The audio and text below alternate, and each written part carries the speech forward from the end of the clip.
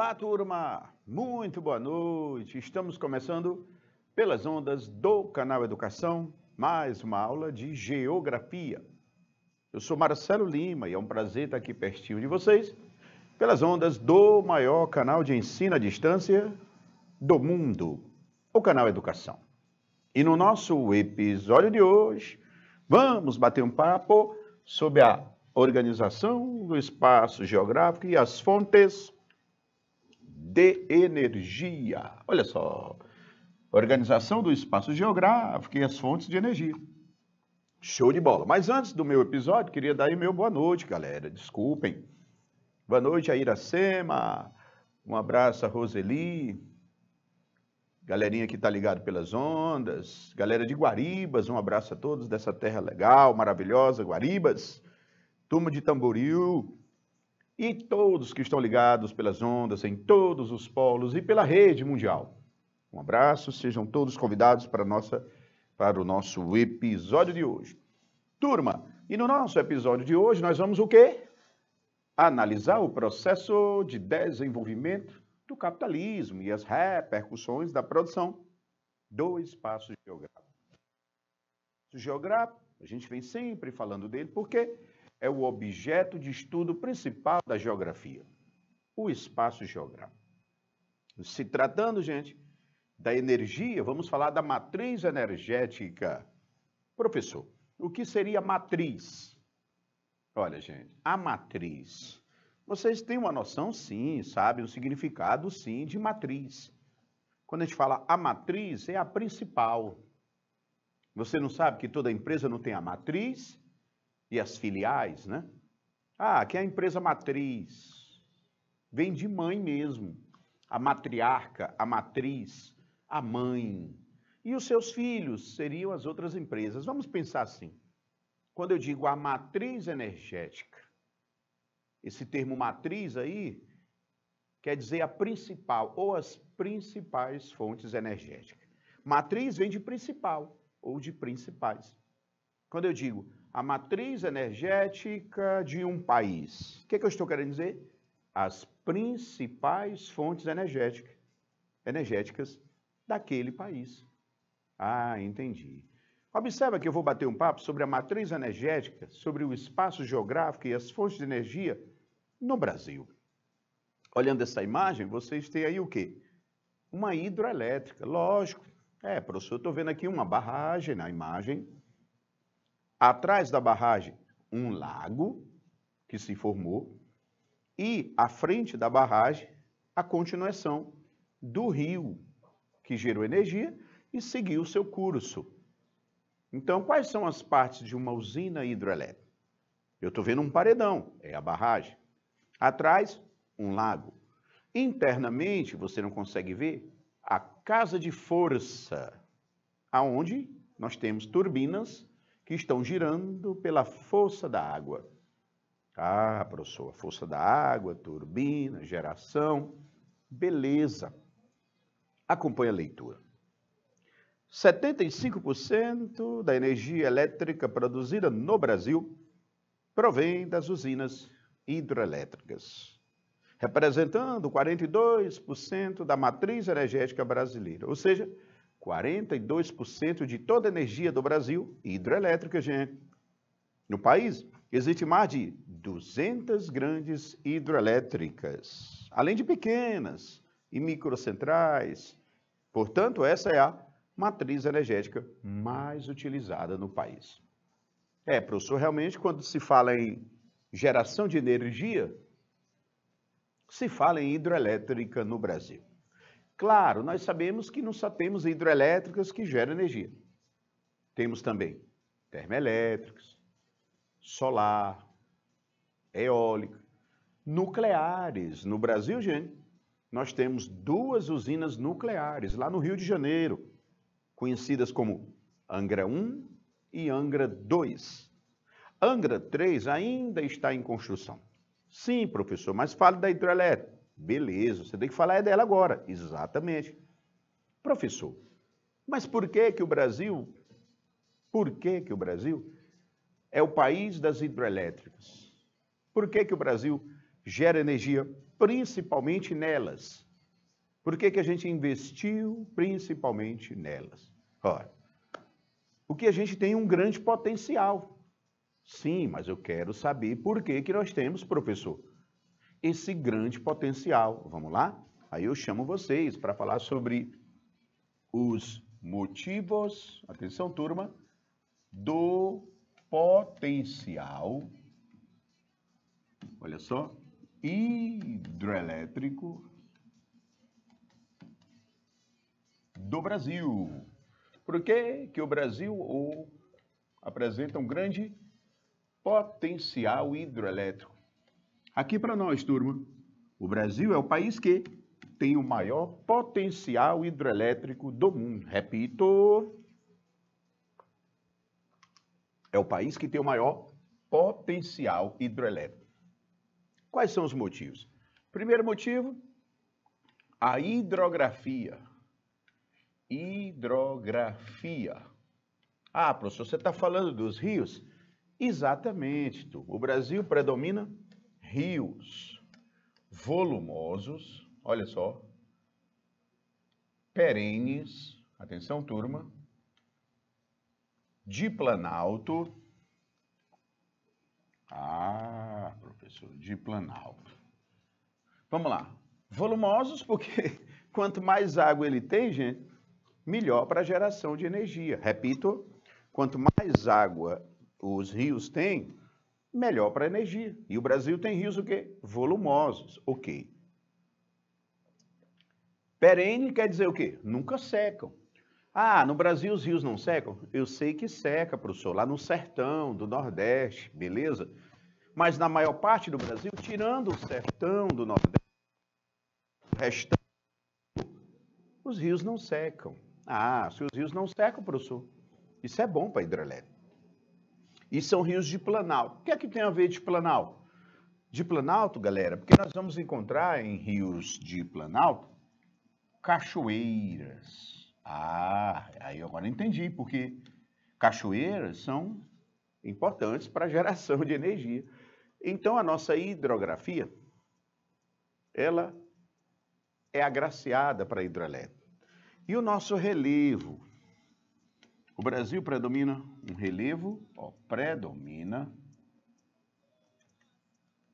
um relevo de planalto.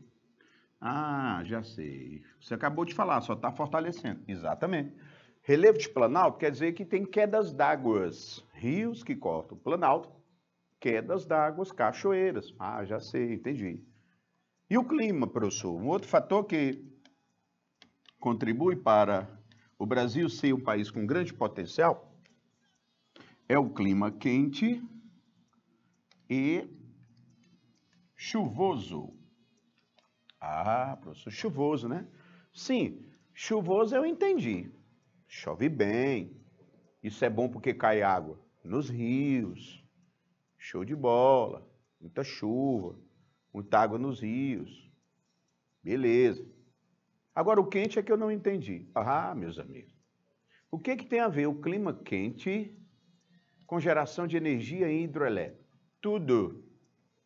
Se o Brasil, a exemplo de muitos países de clima frio, da Europa, da Ásia, Canadá, esses países de clima frio, boa parte do ano, por ser muito frio, os rios vão congelar.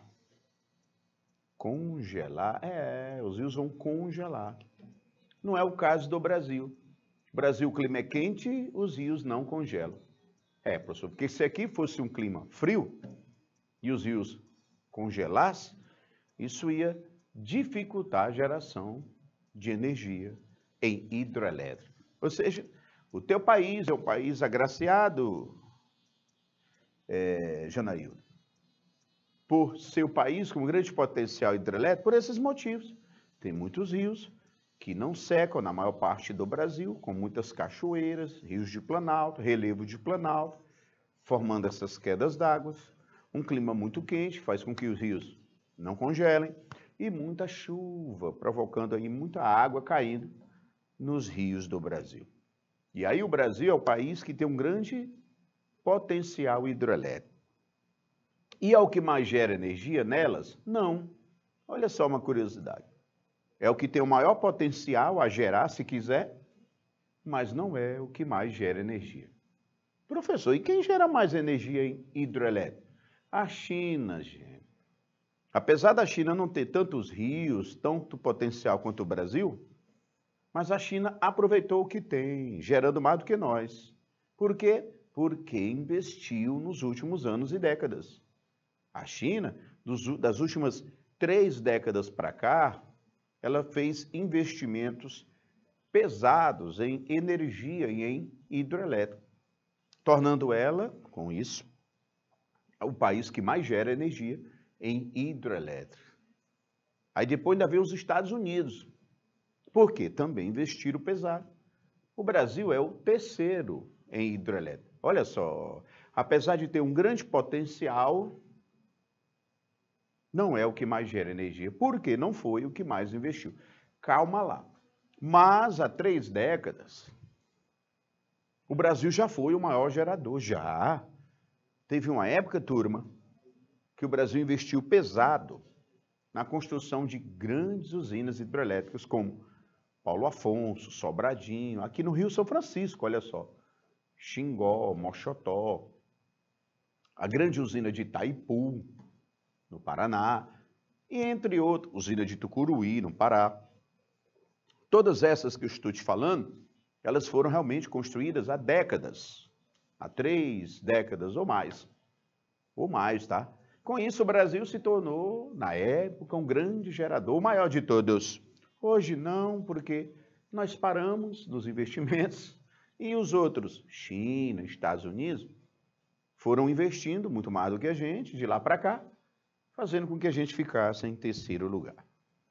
As hidrelétricas, turma, falar um pouquinho sobre ela em específico, elas têm suas vantagens e desvantagens. Vantagens das hidrelétricas.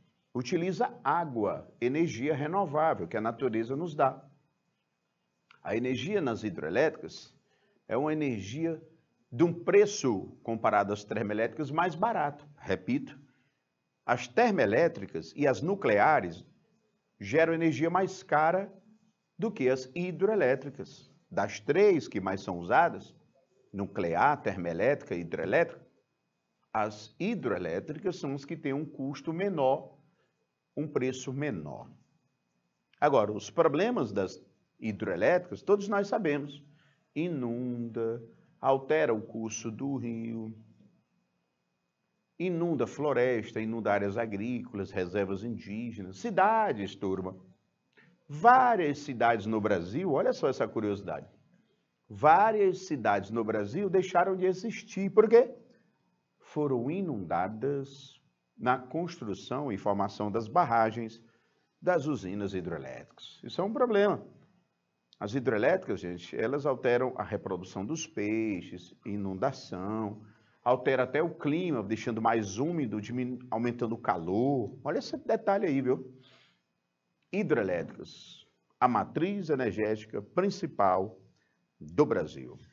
3 minutos, por favor.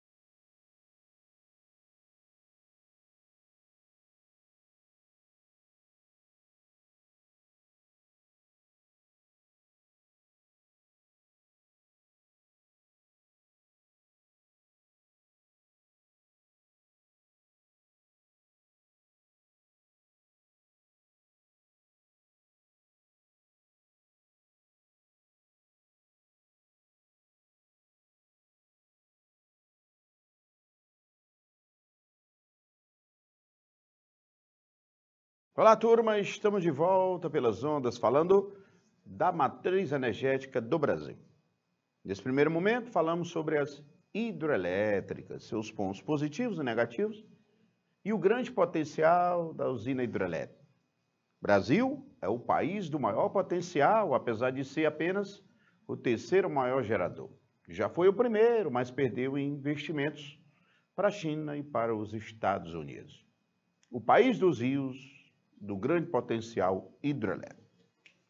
Agora, vamos falar deles, os combustíveis fósseis. Olha essa imagem. Professor, na imagem eu estou vendo aí um poço de perfuração de petróleo. Exatamente. Acompanhe a leitura, turma. Mesmo que quase metade da matriz energética brasileira seja renovável, a outra metade é representada pelo uso dos combustíveis fósseis. O país ainda é bastante dependente deles, que tem o principal uso para a geração de gasolina e óleo diesel. Cerca de 40% da matriz energética brasileira é constituída por combustíveis fósseis, como o petróleo e o carvão mineral. Pessoal, o Brasil usa mais hidrelétricos, usa mais a lenha, o etanol, que é o álcool.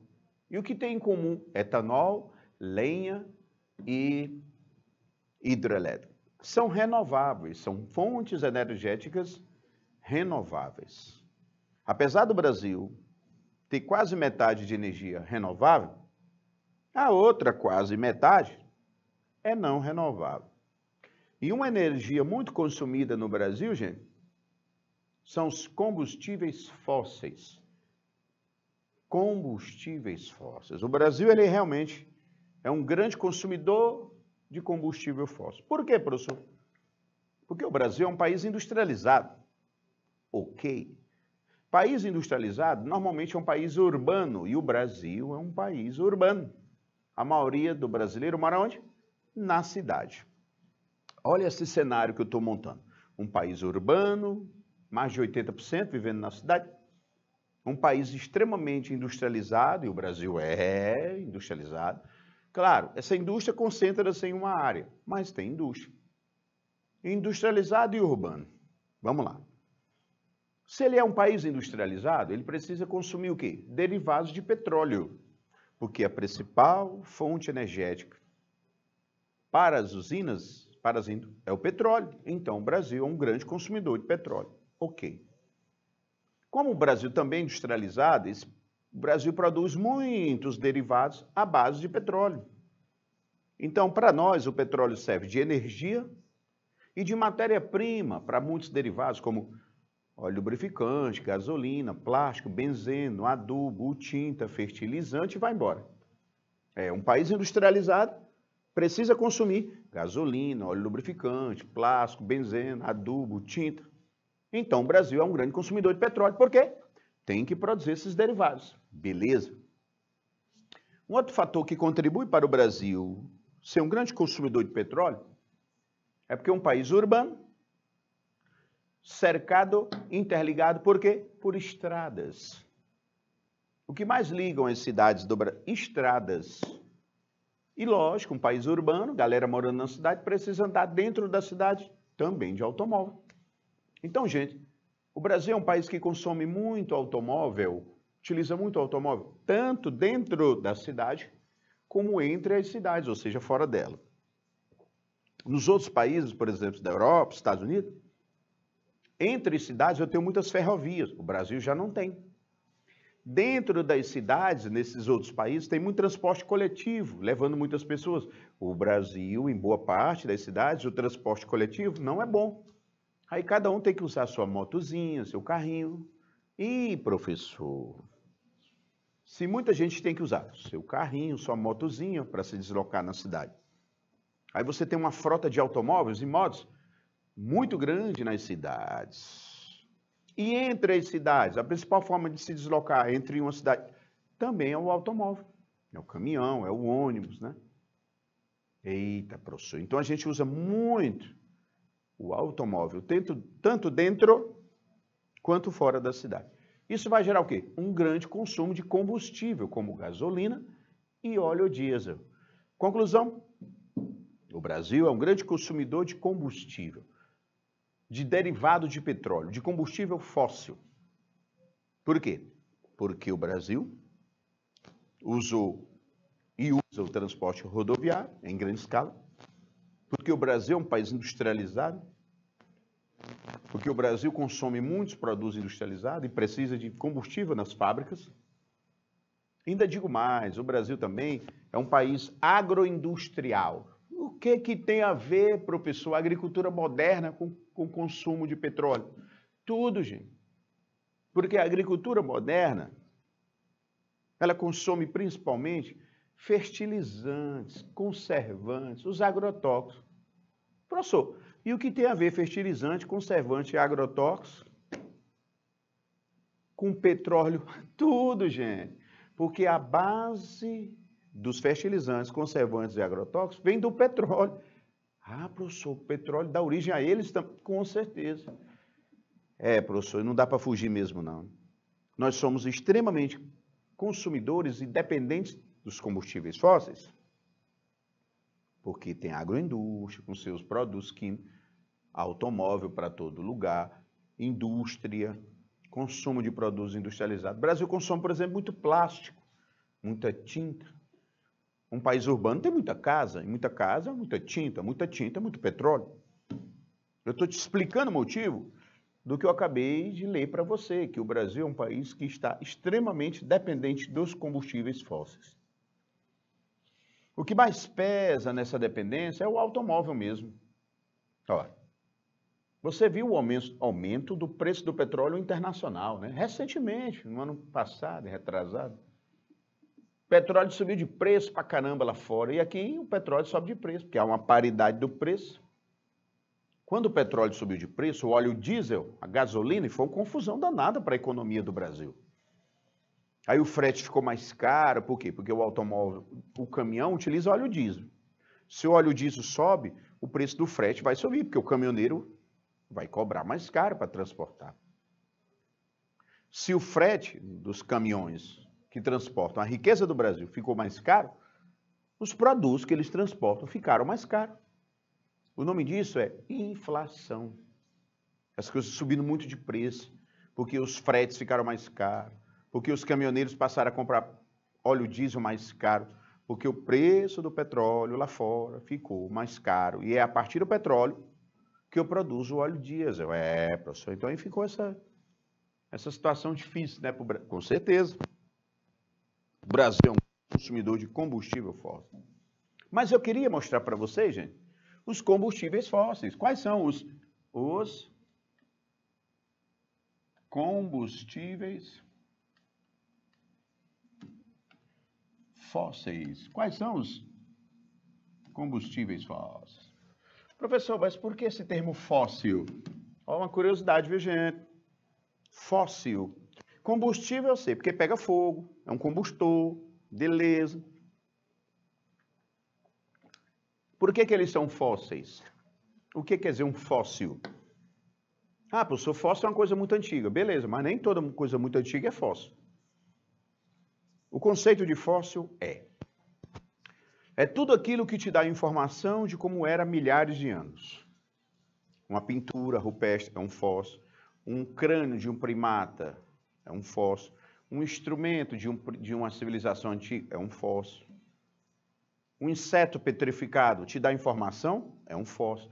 Tudo que eu te falei agora, o crânio do primata, o tecido doméstico dele, uma pintura rupestre, um inseto petrificado, tudo isso não vai te dar informação de como era milhares de anos? Pois é um fóssil. Fóssil é tudo aquilo que nos dá informação de como era há milhares de anos. E por que eles são chamados de combustíveis fósseis? Porque onde eles são encontrados, esses combustíveis, nós vamos ter informação de como era há milhares de anos. Onde eu encontro petróleo, os geólogos analisam como era a vida há milhares de anos. Ah, professor, devido a esses combustíveis nos darem informação de como era há milhares de anos, eles são chamados de combustíveis fósseis, devido a essas informações. E quais são os combustíveis fósseis? Tá aqui, gente. Vou te colocar agora os combustíveis fósseis. O carvão mineral, o petróleo, o gás natural e, por último, o xisto betuminoso. Olha só, galera. Carvão, petróleo, gás e xisto. Professor, esses 4 são os combustíveis fósseis? Exatamente. O que eles têm em comum? Pega fogo. Serve para pegar fogo. Serve para gerar calor. Pega fogo aonde, professor? Numa hidrelétrica. Desculpe, numa termoelétrica. Pega fogo numa fábrica. Eles são combustíveis. Gente, eles são combustíveis. Pegam fogo. Para aquecer água, para virar vapor, para gerar energia. Beleza. Além de tocar fogo, de serem combustíveis, são usados como combustíveis, eles também geram derivados. Aí gás de cozinha, lubrificante, benzina, conservantes. Eles geram derivados na indústria química. Espera aí, professor. O que os 4 servem? Como combustíveis ou para produzir derivados na indústria química. Tá bom. Agora eu quero mostrar a origem de cada um. O carvão mineral, gente, ele foi originado do soterramento. Deixa eu ajeitar aqui. O carvão mineral foi originado do soterramento de vegetais. Antigas florestas há milhares de anos, repito, antigas florestas há milhares de anos foram soterradas, dando origem ao carvão mineral. Os vegetais foram soterrados, esses vegetais vão sofrer reações de temperatura, pressão, umidade, e esses vegetais vão virar carvão mineral. E o petróleo, o gás e o xisto betuminoso são originados de quê? Esses 3 aí, gente, são originados do soterramento de vida marinha. São originados do soterramento de vida marinha. Vida marinha é seres marinhos, turma, como plântanos, néctaros, micro-organismos, peixes. Toda essa vida marinha, quando foi soterrada, ou ela virou petróleo, que é o óleo, ou o gás da natureza, ou uma rocha chamada xisto betuminoso. Professor, Brasil é um país extremamente dependente. Expliquei os motivos, né? Industrializado, derivados agrícolas, transporte. O Brasil consome muito. Aqui eu tenho os 4 combustíveis. O que eles têm em comum? Serve para tocar fogo, combustível, e produzem derivados na indústria química. A origem, o carvão mineral, originado do soterramento de antigas florestas, de milhares de anos, de antigos vegetais. Já o petróleo, o gás e o xisto, esses 3 aí, eles são originados do soterramento de vida marinha. Marcelo, quer dizer que a vida marinha dá origem a esses 3, e as antigas florestas, também soterradas, dá origem ao carvão mineral. O Brasil, gente, ele consome os 4. Dos 4, o que o Brasil mais consome é o petróleo. Eu vou até anotar aqui, a sequência. Primeiro, o que a gente mais consome, petróleo. Depois, a gente consome o gás. Depois, o Brasil vai consumir o carvão mineral. E por último, o Brasil é o que a gente menos consome, é o xisto betuminoso. Beleza? 3 minutos, por favor.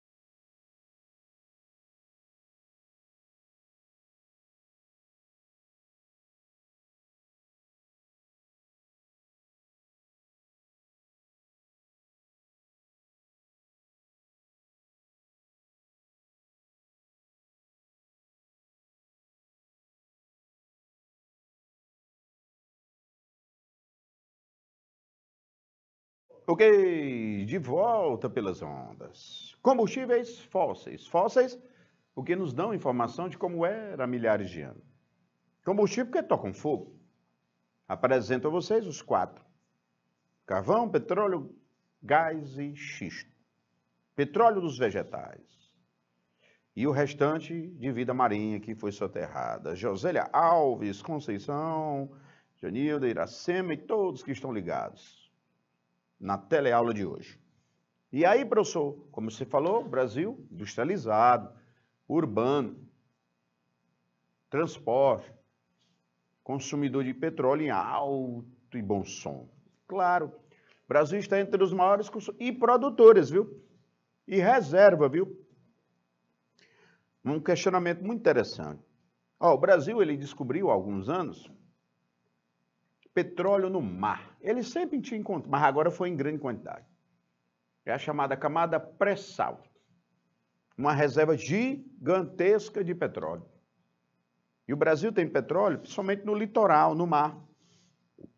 No continente, a gente extrai principalmente no Nordeste, aqui no Rio Grande do Norte, no município de Mossoró, no Rio Grande do Norte. Espera aí, professor, eu estou sem entender. O que é? O Brasil é um país que tem muito petróleo, é verdade. Grandes reservas, com certeza. E por que a gente não é autossuficiente? Por que a gente tem que comprar gasolina de fora? Olha só, tinta de fora, benzeno, Ó, para você ter uma ideia, gente, a grande maioria dos adubos, dos benzenos e dos a gente compra da Rússia. Aquela lá do Vladimir que quer explodir o mundo? Exatamente. Mas, professor, por que a gente tem tanto petróleo e fica comprando derivado de petróleo dos outros países?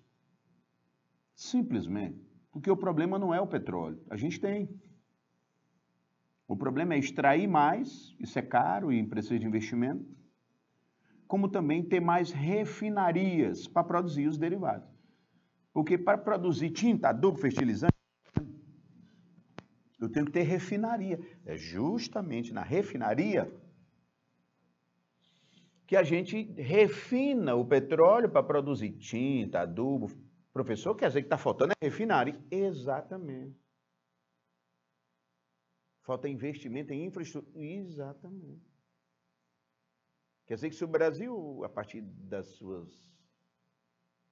sua Petrobras, e atraindo empresas de fora, o Brasil pode extrair mais o que tem e se instalar mais, vai refinar o que tem. E se a gente refinar cada vez mais, produzindo mais tinta, adubo, os derivados, a gente não vai precisar comprar de fora. Professor, então, não falta, não é a matéria-prima, falta é mais extração dela e mais refino para ela. Então o Brasil ele está com a faca, o queijo, o prato na mão.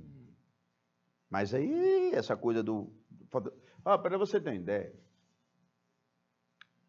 há algumas décadas a China extraía menos petróleo, refinava menos petróleo do que o Brasil.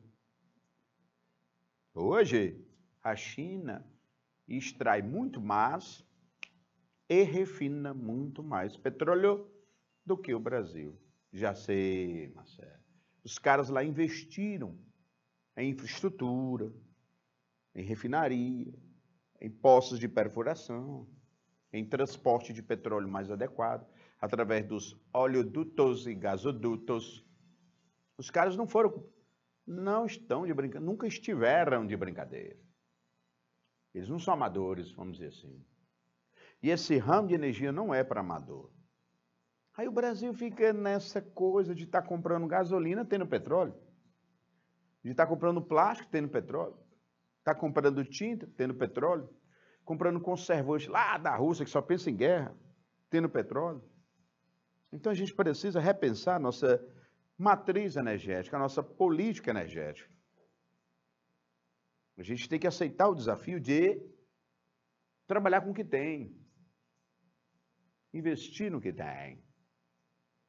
Como é que eu tenho uma grande reserva de gás, de petróleo? Eu vou ficar comprando de fora, gente. Vocês sabem, não precisa nem eu falar, mas comprar de fora é mais caro.